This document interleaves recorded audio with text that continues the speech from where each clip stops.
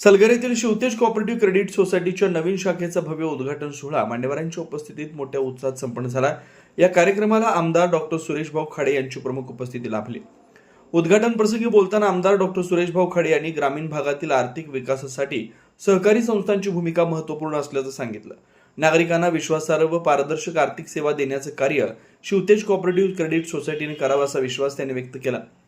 यावेळी सांगली जिल्हा मध्यवर्ती सहकारी बँकेच्या व्हाईस चेअरमन सौ जयश्रीताई पाटील, उपसरपंच Babasaheb Sutar, chairman Tanajirao Patil, vice chairman Suhas Kundle, सचिव अनिल माळी तसेच संचालक अंकुश बनगर, माणिक आवळेकर, रवींद्र राथने, रमेश चाळके, निशांत शिंगे, उमेश पाटील, तानाजी चव्हाण, अण्णासाहेब गिड्डे आणि अर्जुन कदम यांची प्रमुख उपस्थिती होते।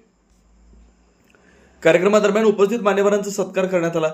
संस्थेच्या प्रगतीसाठी शुभेच्छा व्यक्त करताना सर्वांनी सोसायटीनं सभासद व नागरिकांच्या आर्थिक उन्नतीसाठी प्रभावीपणे कार्य करावे अशी अपेक्षा व्यक्त केली। या उद्घाटन सोहळ्यात संस्थेचे सर्व सभासद, ग्रामस्थ आणि विविध क्षेत्रातील मान्यवर मोठ्या संख्येने उपस्थित होते। कार्यक्रमाचं आयोजन अत्यंत नियोजनबद्ध पद्धतीने करण्यात आलं असून उद्घाटन सोहळा उत्साहपूर्ण वातावरणात संपन्न झाला।